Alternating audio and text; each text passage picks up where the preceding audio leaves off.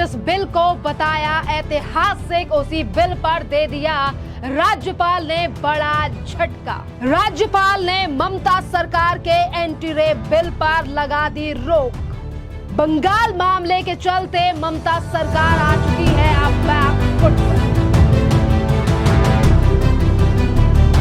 कलकत्ता के आर्जिकल medical college में lady doctor के साथ रेप और हत्या मामले पर लगातार पश्चिम बंगाल की मुख्यमंत्री ममता बनर्जी की मुश्किलें बढ़ रही हैं और अब ममता बनर्जी को बड़ा झटका दे दिया है राज्य के राज्यपाल सीवी आनंद बोस ने। जी हां, दरअसल इस मामले के बाद पश्चिम बंगाल में ये मामला उफान पर है। एक तरफ मामले में इंसाफ की मांग को लेकर डॉक्टर और तमाम जनता जो है वो ममता सरकार के विरोध में सड़कों पर उतरे हुए हैं और न्याय की मांग कर रहे हैं।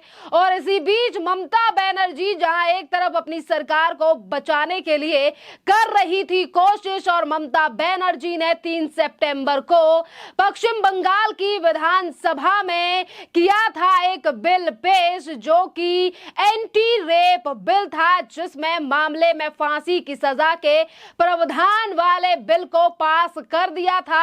और ममता बनर्जी ने अपनी सरकार की थी कई तरीके से तारीफ, पर आज उसी बिल को पश्चिम बंगाल के राज्यपाल सीवी आनंद बोस ने खारिज कर दिया है, यानी कि उसे इंप्लीमेंट करने से रोक दिया है, क्योंकि विधानसभा में पास होने के बाद ये बिल जो है वो राज्यपाल के पास भेजा गया था, लेकिन इस बिल पर अब रोक लगा दी गई है राज्यपाल की तरफ से।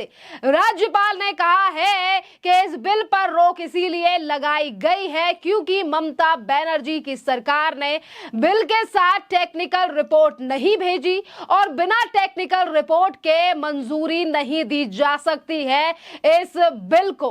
और इसी बिल पर रोक लगाते ही राज्यपाल आनंद बोस ने कहा है कि ममता बनर्जी की सरकार ने इस बिल को लेकर कोई भी तैयारी नहीं की है। उन्होंने कहा ममता बनर्जी की सरकार से पहले भी ये बिल जो है वो विधानसभा में पास हुए बिल की टेक्निकल रिपोर्ट नहीं भेजी और इसकी वजह से पहले भी कई बिल जो है वो ममता सरकार के पेंडिंग पड़े हैं। वहीं ममता बनर्जी की सरकार ने बिल रोके जाने के बाद राज्यपाल पर हमला बोलते हुए कहा है कि राज्यपाल जो हैं वो जानबूझकर इस तरीके जो ऐतिहासिक बिल है उसे पास नहीं कर रहे हैं या इंप्लीमेंट नहीं होने दे रहे हैं।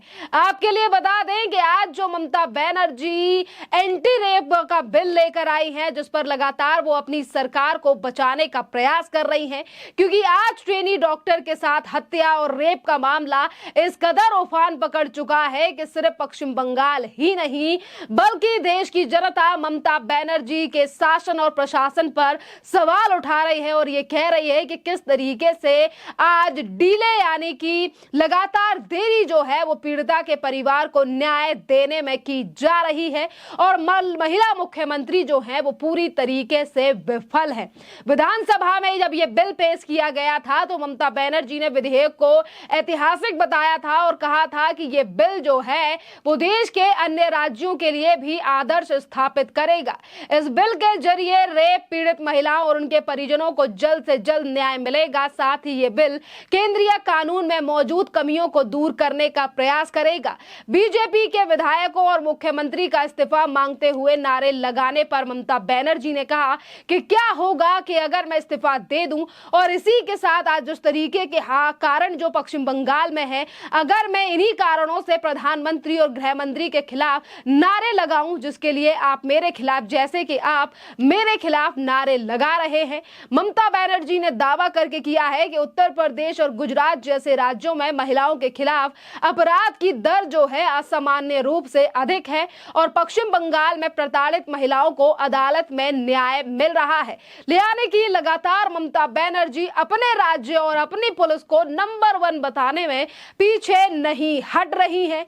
और आपके लिए बता दें कि राज्यपाल ने रेप के आरोपी को 10 दिन में फांसी देने वाले अपराजित मामले और विधेयक को अब रोक दिया है, जिसके बाद ममता बनर्जी के पार्टी का क्या रिएक्शन आएगा ये देखना भी अहम रहे। बढ़ेगा। एक तरफ तो ममता बनर्जी महिलाओं के खिलाफ और महिलाओं के खिलाफ जो अत्याचार हो रहा है उस पर तमाम बड़ी बड़ी बातें कर रही हैं, तो इसी बीच भारतीय जनता पार्टी के नेता और मध्य प्रदेश के पूर्व मुख्यमंत्री शिवराज चौहान ने भी ममता बनर्जी के ऊपर हमला बोला है। ये जो बिल विधानसभा में पास किया गया और शिवराज चौहान ने तो सीधा सवाल ममता बनर्जी से पूछा और कह दिया, क्या संदेश खाली के आरोपी शेख शाहजहां जैसे लोगों को भी 10 दिन में फांसी दी जाएगी? ये जो प्रावधान लेकर आई है, ये जो बिल लेकर आई है ममता बनर्जी, इस पर भी जवाब जो है वो ममता बनर्जी को देना चाहिए, क्योंकि पिछले दिनों जब संदेश खाली का मामला निकल कर आया था तो ममता बनर्जी के पार्टी के नेताओं ने जो है वो संदेश खाली मामले पर भारतीय जनता पार्टी को घेरा था, पर वहीं दूसरी तरफ अपनी पार्टी के नेता को लेकर कोई भी सवाल नहीं उठाए थे।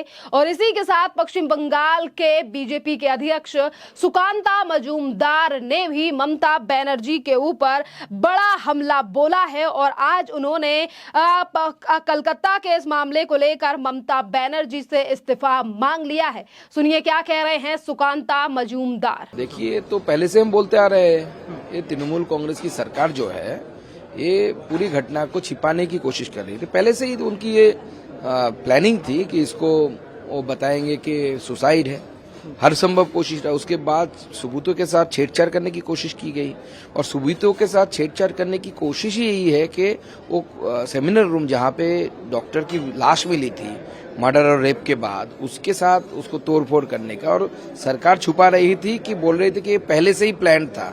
लेकिन आज जो लेटर आया है सबके सामने, कल ही आ गया था, तो ये प्रूव करता है कि पहले से नहीं था। घटना 9 तारीख को घटी और उसके बाद 10 तारीख को पश्चिम बंगाल की सरकार की तरफ से नोटिफिकेशन निकाला गया, आरजीकर की तरफ से नोटिफिकेशन निकाला गया और ये दर्शाता है कि ये notification without the involvement of health ministry it was not possible for that principal to release this kind that kind of order. So my question is whether the health minister of our state, that is the chief minister Mamata Banerjee, she was aware of the thing or not? That is the main question. So she should take the responsibility and she should resign. देखिए, आपने देखा कि सुकांता मजूमदार ने सीधे तौर पर ममता बनर्जी से जो है वो इस्तीफा मांग लिया है और इसी के साथ भारतीय जनता पार्टी यानी कि केंद्र सरकार के केंद्रीय मंत्री ज्योतिरादित्य सिंधिया का भी बयान जो है वो पश्चिम बंगाल और मुख्यमंत्री ममता बनर्जी को लेकर सामने आया है और उन्होंने कहा है कि वेस्ट बंगाल में आतंक का माहौल जो है वो बन गया है। और इसी के साथ सुनिए और क्या कह रहे हैं ज्योतिरादित्य सिंधिया। हमारे देश में मातृशक्ति का मान सम्मान और रक्षा करना हर भारतीय नागरिक की जिम्मेदारी होती है। हमारे ग्रंथों में भी लिखा गया है कि यत्र नारायस्तु पूजन्ते तत्र रमन्ते देवता, कि जहां नारियों का सम्मान होता है वहीं देवता विराजते हैं। और आज बड़ी दुख की बात है कि पश्चिम बंगाल में जो आतंक का माहौल और जो एक डर और हिंसा का माहौल का तैनात किया गया है पिछले कई वर्षों में, टीएमसी के राज में, मुख्यमंत्री के राज में, जहां मासूम महिलाओं के साथ इस तरीके का दुर्व्यवहार नहीं लेकिन उनका खून किया जाता है और कोई एक्शन नहीं, पूरी तरह से फरेब करके लोगों को बचाने की कोशिश की जाती है। आज पश्चिम बंगाल में ना महिला सुरक्षित है, ना युवा सुरक्षित है, ना व्यापारी सुरक्षित है, ना आम इंसान सुरक्षित है। और मेरी यही आशा और अभिलाषा है कि जो सर्वोत्तम न्यायालय ने कदम उठाया है उनके परिजनों को न्याय मिल पाए। जो ढोंग रचा जा रहा है विधानसभा में अपरिजिता विधेयक पारित करके नियम और कानून दिखाते हुए, जब स्वयं पश्चिम बंगाल में मेरी मातृशक्ति की रक्षा एक महिला मुख्यमंत्री नहीं कर सकती, तो फिर ऐसे सरकार का औचित्य क्या है? ये प्रश्न एक एक व्यक्ति के मन में और मस्तिष्क में है। आज ममता बनर्जी के शासन प्रशासन पर भी ज्योतिरादित्य सिंधिया के साथ साथ बीजेपी के तमाम नेता हमलावर नजर आ रहे हैं। खैर, इस पूरे मामले पर आपकी जो भी राय हो, आप हमें कमेंट कर जरूर बताइए। धन्यवाद।